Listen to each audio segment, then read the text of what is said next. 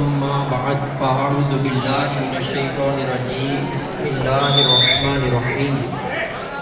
پیارے بچوں، جب بھی آپ کسی کو اپنا وقت دے رہے ہوتے ہیں تو یاد رکھا کریں آپ وہ چیز دے رہے ہیں جس کا ریٹرن پاسبل نہیں ہے، جس کی واپسی ناممکن ہے۔ You are sitting here to listen something good, therefore try to very concentrate۔ آپ یہاں بیٹھے ہیں کچھ اچھا سننے کے لیے تو خوب توجہ کے ساتھ سنیے۔ نبی کریم صلی اللہ تعالی علیہ وآلہ وسلم کا فرمان ہے، بروز قیامت لوگوں میں سے میرے قریب تر وہ ہوگا جس نے دنیا کے اندر مجھ پر زیادہ درود پاک پڑھے ہوں گے۔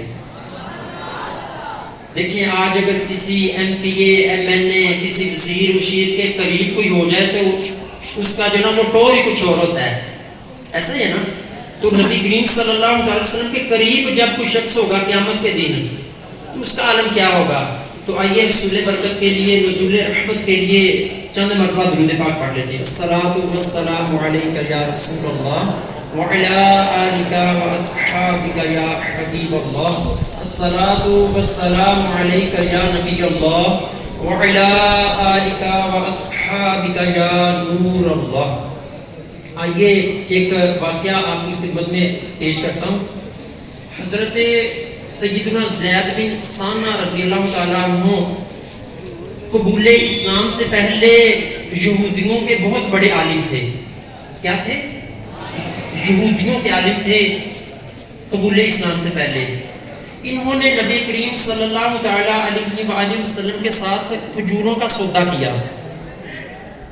ابھی مدت میں کچھ دن باقی تھے، تقریباً 2 دن باقی تھے کہ حضرت زید بن ثانہ رضی اللہ تعالیٰ عنہ جو ابھی مسلمان نہیں ہوئے تھے وہ نبی کریم صلی اللہ تعالیٰ علیہ وآلہ وسلم کے پاس آئے اور زور زور سے آپ صلی اللہ علیہ وسلم کا دامن پکڑ کر چلا چلا کر کہنے لگے، اے محمد، تم عبد المطلب کی اولاد کا یہی طریقہ ہے کہ تم لوگوں کے حقوق ادا کرنے میں معاذ اللہ دیر لگاتے ہو۔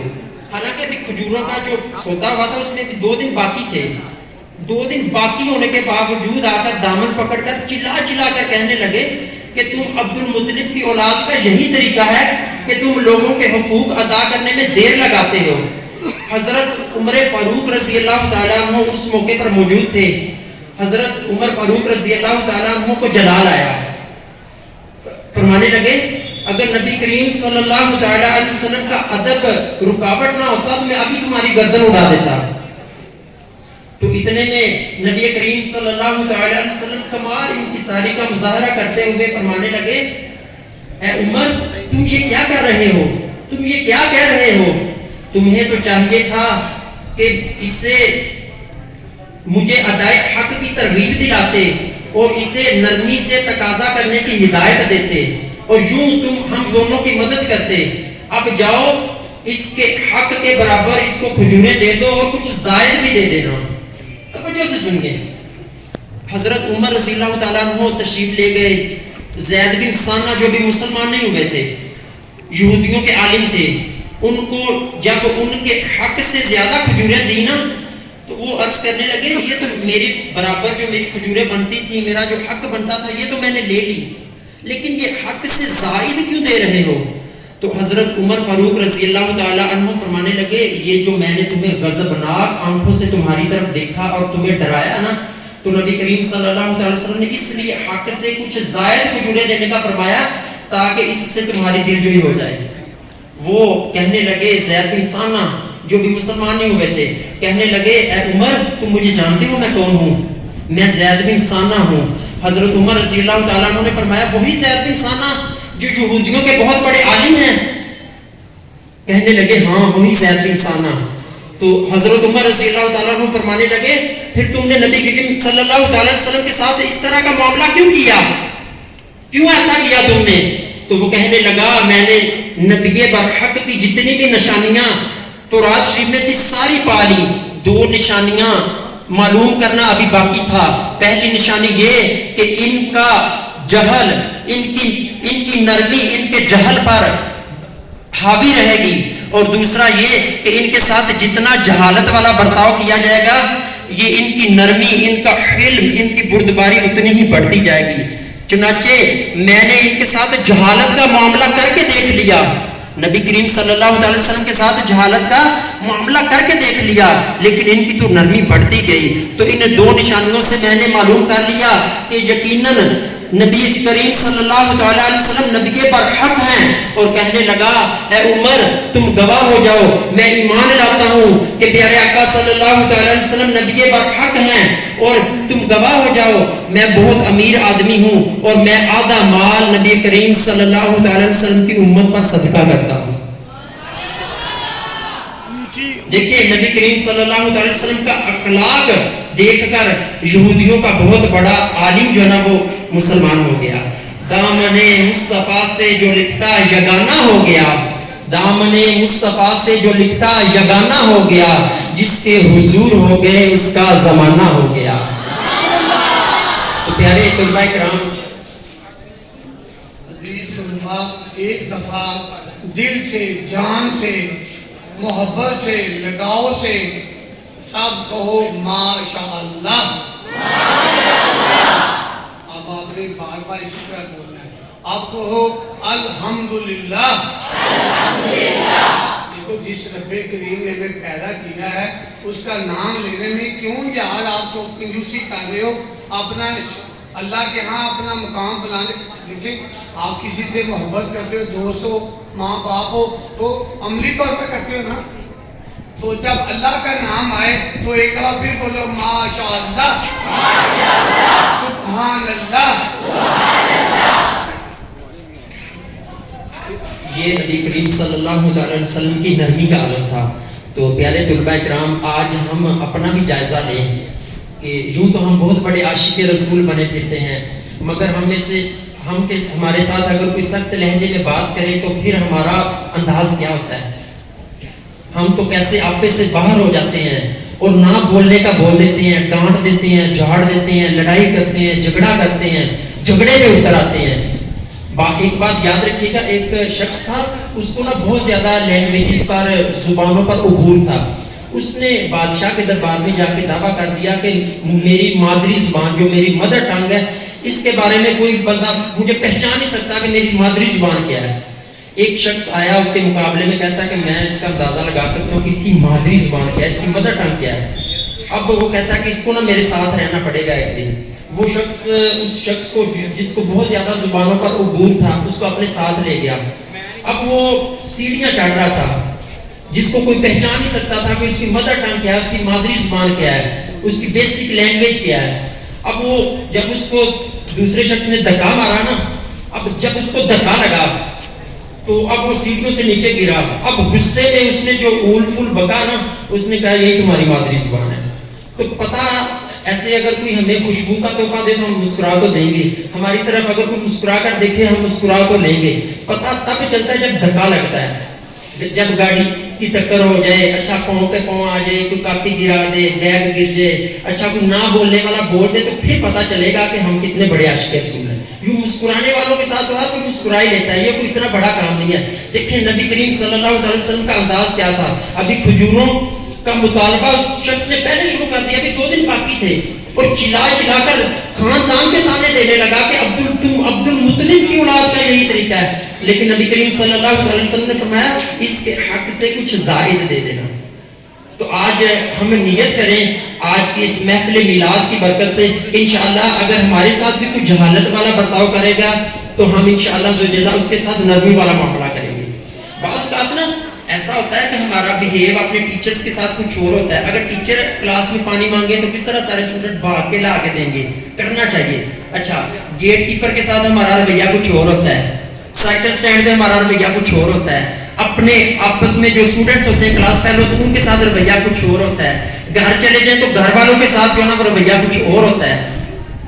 علامہ اقبال رحمۃ اللہ تعالیٰ نے ان سے آج کل بھی اس طرح کے جو نا کیسز، میرا چونکہ آنا جانا رہتا ہے اسکولز کے اندر، تو اس طرح کے بہت سارے کیسز آتے رہتے ہیں۔ جیسے پچھلے سال ایک واقعہ ہوا کہ بچے میچ کھیل رہے تھے، میٹرک کے غالباً اسٹوڈنٹ تھے کالے کی منڈی والی سائڈ پہ، تو اب ان کی اسی بات پہ لڑائی ہو گئی، اس کو بیٹ کے ساتھ سر میں بیٹ مار مار کے اس بچے کو مار دیا. یہ ہائی اسکول قلعہ رامپور، وہاں کے ٹیچر بتا رہے تھے کہ بچے جو نا وہ آج کل اتنے نافرمان ہو گئے ہیں کہ پتہ نہیں لگتا کہ ایک بچے کا بینچ پہ سر مار مار کے جب تک خون نہیں نکلا اس نے چھوڑا نہیں ہے. یہ مسلمان کا انداز نہیں ہونا چاہیے. تو آئیے ڈاکٹر اقبال سے پوچھتے ہیں، آج کل والدین بھی پریشان ہیں، استاد بھی پریشان ہیں. تو کسی نے نا ڈاکٹر اقبال سے سوال کیا تھا کہ آج کل اولاد بڑی بدتمیز ہو گئی ہے، ان کو کیسے صحیح کیا جائے، کچھ سمجھ نہیں آتی. تو آئیے ہم سیکھتے ہیں. ڈاکٹر اقبال نے جو مکتوب لکھا تھا نا، خط لکھا تھا، ضرب کلیم کے اندر بھی موجود ہے. 3 طریقے بتائے تھے. ڈاکٹر اقبال نے پہلا طریقہ بتایا تھا کہ اپنی اولاد کو حضور پر درود پڑھنا سکھاؤ. یہ جو ٹیڑے میڑے ہو رہے ہیں نا، یہ جو ٹیڑے میڑے ہو رہے ہیں، ان کا سیدھا رخ ہو جائے گا مدینے کی طرف، تو انشاءاللہ زوجلہ یہ سارے مسائل حل ہو جائیں گے. کیونکہ پریشانیاں، مصیبتیں، گنجلے، ذہنی ٹینشنیں، ڈپریشن، ان سب کا ایک ہی علاج ہے، حضور پر درود پڑھا جائے. اچھا، جو ڈاکٹر اقبال نے دوسرا طریقہ بتایا تھا نا، اولاد بدتمیز ہو رہی ہے، دوسرا طریقہ کیا ہے؟ انہوں نے فرمایا تھا، اپنے مکتوب میں لکھا تھا کہ اپنی اولاد کو حضور کے حسن کے بارے میں بتاؤ. آج کا نوجوان کبھی کسی کو دل دے بیٹھتا ہے، کبھی کسی کرکٹر پہ فدا ہو جاتا ہے. اچھا، کبھی کسی جو ہے وہ ایکٹر پہ فدا ہوتا پھرتا ہے. اچھا، اگر کسی فلمی ایکٹر نے 5 انگلیوں کے اندر انگوٹھیاں پہنی ہوئی ہیں، وہ 10 میں پہن لے گا. ہیئر سٹائل جناب ان جیسا کہ یہ سونا ہے. تو جب نبی کریم صلی اللہ علیہ وسلم کے حسن کے بارے میں بتاؤ گے نا، تو انشاءاللہ، کیونکہ نبی کریم صلی اللہ علیہ وسلم سے بڑھ کر سونا کوئی ہے ہی نہیں. ٹھیک ہے. اور وہ حسن کے بارے میں جب ہم تذکرہ سنتے ہیں نا، تو ہمارے ذہن میں نام آتا ہے حضرت سیدنا یوسف علیہ السلام کا. تو ایک شاعر نے بہت اچھا کمپیریزن کیا ہے، حسن یوسف پہ کٹی مصر میں انگشتے زنا، حسن یوسف پہ کٹی مصر میں انگشتے زنا. مصر کی بیویوں نے اپنی انگلیاں کاٹ لی تھی نا حضرت سیدنا یوسف علیہ السلام کا حسن دیکھ کر. اچھا، سر کٹاتے ہیں تیرے نام پہ مردان عرب. اب دیکھیں، وہ شاعر کمپیریزن کرتا ہے کہ مصر کے اندر عورتوں کی انگلیاں کٹی تھی حضرت سیدنا یوسف علیہ السلام کا حسن دیکھ کر، لیکن آج سر کٹاتے ہیں تیرے نام پہ مردان عرب. وہاں عورتیں تھیں، یہاں مرد ہیں. وہ مصر تھا، یہ عرب ہے. اچھا، وہاں حضرت سیدنا یوسف علیہ السلام خود تھے، یہاں پر نبی کریم صلی اللہ علیہ وسلم خود نہیں ہے، ابھی صرف نام ہے. وہ کہتے ہیں نا، ہم ہر کوئی فدا ہے بن دیکھے، ہر کوئی فدا ہے بن دیکھے، دیدار کا عالم کیا ہوگا. تو یوں ہے نا، کسی کو نہیں دل دے دینا چاہیے، پیار کریں تو نبی کریم صلی اللہ علیہ وسلم سے. اچھا، جو تیسرا پوائنٹ ڈاکٹر اقبال نے لکھا اپنے مکتوب کے اندر، وہ لکھا تھا کہ ان کو حضور کے کردار کے بارے میں بتاؤ. کہ نبی کریم صلی اللہ علیہ وسلم جب فتح مکہ کے موقع پر اس مکہ کو فتح کر کے آ رہے ہیں جس مکہ میں جب رہتے تھے تو وہاں کے لوگ تکلیفیں دیتے تھے. ایک عورت باہر بیٹھ جاتی تھی، گیٹ پر لوگ بیٹھ جاتے تھے، وہ کہتے تھے کہ اس شہر میں نہ آنا، اس شہر میں جادوگر آ گیا. نبی کریم صلی اللہ علیہ وسلم جس راستے سے گزرتے تھے وہاں پر کانٹے بچھاتے تھے. نبی کریم صلی اللہ علیہ وسلم جب عبادت کرتے تھے تو اوجڑیاں لا لا کر پیارے آقا صلی اللہ علیہ وسلم کے اوپر رکھتے تھے. لیکن جب اسی مکہ کو فتح کر کے آئے، اب سارے لوگ سامنے کھڑے ہیں، نہ جانے ہمارے بارے میں آج پتہ نہیں کیا فیصلہ ہوگا. وہاں پہ وہ بھی کھڑے ہیں جو کانٹے بچھاتے تھے، وہ بھی کھڑے ہیں جو جادوگر کہتے تھے، وہ بھی کھڑے ہیں جو طرح طرح کی تکلیفیں دیتے تھے. پریشان ہیں، ایک سانس جا رہا ہے، ایک سانس آ رہا ہے، بالکل ہاتھ باندھ کے کھڑے ہیں کہ نہ جانے آج ہمارے بارے میں کیا فیصلہ ہوگا. تو نبی کریم صلی اللہ علیہ وسلم کی سیرت پڑھ کے دیکھیں، آپ کا کردار دیکھیں. نبی کریم صلی اللہ علیہ وسلم نے جب اعلان فرمایا جاؤ معاف کیا، جاؤ معاف کیا. آج ہم غور کریں، آج ہم معاف کرتے ہیں؟ اگر کسی سے کوئی غلطی ہو جائے تو ہمیں بھی ایسا ہی کرنا چاہیے، ہمیں بھی معاف کر دینا چاہیے، معافی مانگ لینی چاہیے، اپنے اندر نرمی لانی چاہیے. اپنی یہ یاد رکھیے گا، جن لوگوں کے اندر نرمی زیادہ ہوتی ہے نا، جو معاف کرتے ہیں یا معافی مانگ لیتے ہیں، وہ لوگ زیادہ ترقی کرتے ہیں. کیونکہ اللہ پاک نے ہر کسی کو ابیلٹیز دی ہوتی ہیں، قابلیت دی ہوتی ہے، لیکن بعض لوگ ایسے ہوتے ہیں ان کی قابلیت غلط جگہ پہ استعمال ہو جاتی ہے. اگر ہم لڑائی جھگڑوں میں پڑ جائیں گے، اگر آپس میں لڑتے رہیں گے، معاف کرنا اختیار نہیں کریں گے، تو ہماری جو ابیلٹیز ہیں، ہماری جو قابلیت ہے، وہ ان لڑائی جھگڑوں میں خرچ ہو جائے گی، آگے نکلنے کے لیے ٹائم ہی نہیں ملے گا.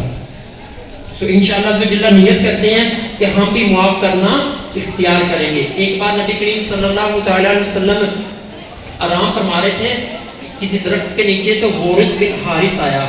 تو نبی کریم صلی اللہ علیہ وسلم کی تلوار تھی, تلوار نیام سے نکال کر کہنے لگا کہ اے محمد, آج آپ کو مجھ سے کون بچا سکتا ہے؟ تو نبی کریم صلی اللہ علیہ وسلم نے فرمایا میرا اللہ.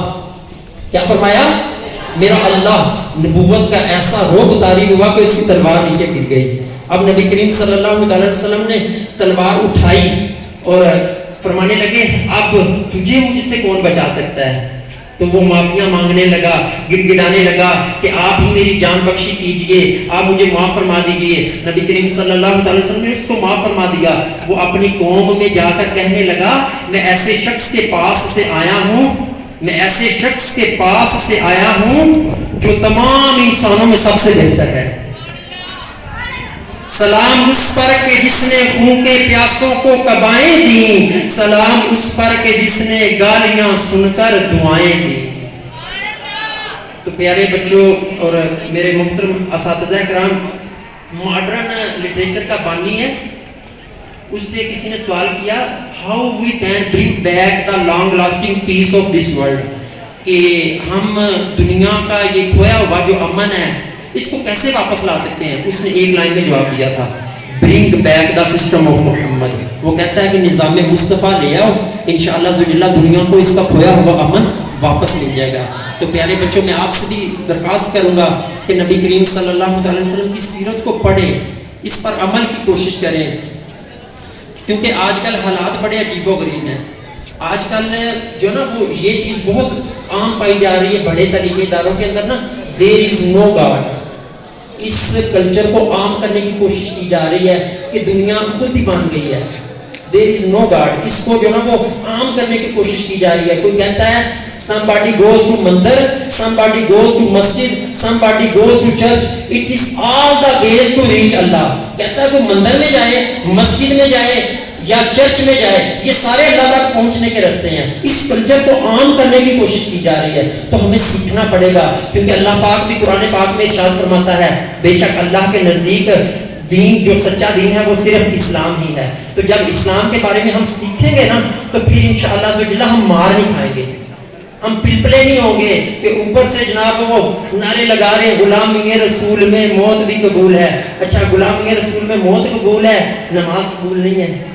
غلامی رسول میں موت قبول ہے, اخلاق قبول نہیں ہے, پیار کے ساتھ گفتگو کرنا قبول نہیں ہے, مسکرا کر گفتگو کرنا قبول نہیں ہے. اچھا سوشل میڈیا کا استعمال بڑھتا جا رہا ہے. ہمارے ایک مبلغ لاہور کے مبلغ ہیں, وہ فرما رہے تھے کہ ایک لڑکا جو نا وہ مسجد میں آ کے نا بیٹھ کے اونچی آواز میں رو رہا تھا. امام صاحب نے پوچھا تم کیوں رو رہے ہو, کیا ہوا تمہیں؟ وہ کہتا ہے کہ میرا ایک دوست تھا, پچھلے دنوں اس کا انتقال ہو گیا, تو اس لیے انتقال ہو گیا, پھر اتنا بھی رو رہے تم چپ ہی نہیں ہو رہے. وہ کہتا ہے اصل میں نا ہم نے ایک ویب سائٹ بنائی تھی, اس پر گندی ویڈیوز ہم نے وائرل کی تھی. جب اس کا انتقال ہوا نا تو اس کی والدہ آ کر مجھے کہنے لگی کہ جھنجھوڑ کر کہنے لگی تو بتا تو میرے بیٹے کے ساتھ کیا کرتا تھا. روزانہ خواب میں اس کی قبر مجھے دکھائی دیتی ہے اور لوگ آ کر اس کی قبر پہ پیشاب کر رہے ہوتے ہیں. تو وہ کہتا ہے ہم نے نا گندی ویڈیوز تھیں وہ ایک ویب سائٹ پر اپلوڈ کی تھی, میں نے بعد میں بڑی کوشش کی, پاسورڈ چونکہ مجھے معلوم نہیں تھا کہ اس کو ریموو کروا لوں, اس کو بند کر دوں. وہ کہتے ہیں وہ بندہ خود کال کرے گا, پاسورڈ بتائے گا, تو پھر یہ ویڈیوز یہ گناہ جاریہ کا سلسلہ بند ہوگا. تو اب وہ بندہ بیٹھ کے رو رہا تھا. آج کا نوجوان رات 12 بجے بھی آن لائن ہے, 1 بجے بھی آن لائن ہے. سوشل میڈیا نے پاگل کر کے رکھ دیا, جلد بازی آ گئی ہے. وہ جو مغربی جو ویسٹرن کلچر والے لوگ ہیں وہ نیچرل کی طرف آ رہے ہیں, ہمارے بیوقوف جو نا وہ آرٹیفیشل کی طرف جا رہے ہیں. اچھا وہ قدرتی چیزیں کھا رہے ہیں, یہ فاسٹ فوڈ کی طرف آ رہے ہیں. اچھا وہ کہتے ہیں جو پہلے کہتے تھے نا if you want to be something in this world you have to be change your nights into days. اگر دنیا میں تمہیں کچھ پانا ہے نا تو تمہیں اپنی راتوں کو دن بنانا ہوگا. پہلے یہ کہتے تھے. آج وہ جو بندہ ہفتے میں 56 گھنٹے سوتا ہے نا روزانہ تقریباً 7-8 گھنٹے, ہر انسان کو لازمی سونا چاہیے, نہیں تو اس کا دماغ فیل ہو جائے گا, نہیں کام کرے گا اس کا دماغ. تو آج وہی کہہ رہے ہیں جو بندہ 56 گھنٹے ہماری فیکٹری میں ہمارے پاس کام کرنے والا جو بندہ 54 گھنٹے ہفتے میں سوئے گا نا, ہم اس کو بونس بھی دیں گے, کیونکہ انہوں نے ٹریلینز کا پھر ٹریلینز کا نقصان کر لیا جب لوگوں کی نیند ہی پوری نہیں ہے. تو ہمیں نبی کریم صلی اللہ علیہ وسلم کی سیرت پر عمل کرنا ہے. اسی میں عظمت ہے, اسی میں بلندی ہے. کوشش کریں گے پھر انشاءاللہ عزوجل پیارے آقا صلی اللہ علیہ وسلم کی سیرت پر عمل کرنے کی کوشش کریں گے انشاءاللہ عزوجل. آپ لوگوں کے لیے نا ایک بہت ہی خوبصورت اعلان ہے. مدنی چینل پر ایک سلسلہ آتا ہے, پروگرام لگتا ہے, کوئز کمپٹیشن ہوتا ہے اسٹوڈنٹس کا. 13 سال ہو گئے ہیں اور لاکھوں لاکھ ویورز دیکھ رہے ہوتے ہیں. تو حافظ آباد سے بھی اس بار ٹیم بنے گی, ذہنی آزمائش اس کا نام ہے سیزن 13. تو حافظ آباد کے لیے مدنی ٹیم سلیکٹ کرنے کے لیے مدنی چینل کی ایک ٹیم آ رہی ہے حافظ آباد 1 نومبر کو. آپ میں سے جو وہ اسٹوڈنٹ جن کی ایج 17 ایئر سے اباب ہے وہ اس میں حصہ لے سکتے ہیں. نصاب بسم اللہ فوٹو اسٹیٹ پہ موجود ہے, 15-20 پیج ہیں, اس پہ جنرل نالج بھی ہے. آپ کا آڈیشن ہوگا, ٹیسٹ دیں گے آپ, انٹرویو ہوگا. تو یہ دینا چاہیے ویسے نا, جنرل نالج میں اضافہ ہوتا ہے. پھر انٹرویو دینے جائیں گے تو آپ کا کانفیڈنس لیول بھی بڑھے گا نا آگے. تو آپ جنہوں نے آڈیشن میں حصہ لینا ہو, مدنی چینل پہ آ کے پرفارم کرنا ہو کوئز کمپٹیشن کے اندر, وہ یہاں پہ صاحب سے رابطہ کر لیں یا میرا نمبر دے دیں گے وہ آپ کو, اور نصاب بسم اللہ فوٹو اسٹیٹ سے حاصل کر لیں. ٹھیک ہے, لازمی اس میں حصہ لیں. اللہ پاک عمل کی توفیق عطا فرمائے, آمین بجاہ نبی الامین صلی اللہ تعالی علیہ وآلہ وسلم. نعرہ تکبیر, نعرہ رسالت, نعرہ حیدری. سرکار کی آمد, دیدار کی آمد, منٹھار کی آمد, تاجدار کی آمد, سالار کی آمد, حضور کی آمد, پر نور کی آمد, پر نور کی آمد, مہدی کی آمد, مدنی کی آمد, عربی کی آمد, کرشی کی آمد, پیارے کی آمد, اچھے کی آمد, سچے کی آمد, رسول کی آمد, مقبول کی آمد, رہبر کی آمد, سرور کی آمد, سرور کی آمد, حبیب کی آمد, لبیب کی آمد, طبیب کی آمد, مجید کی آمد.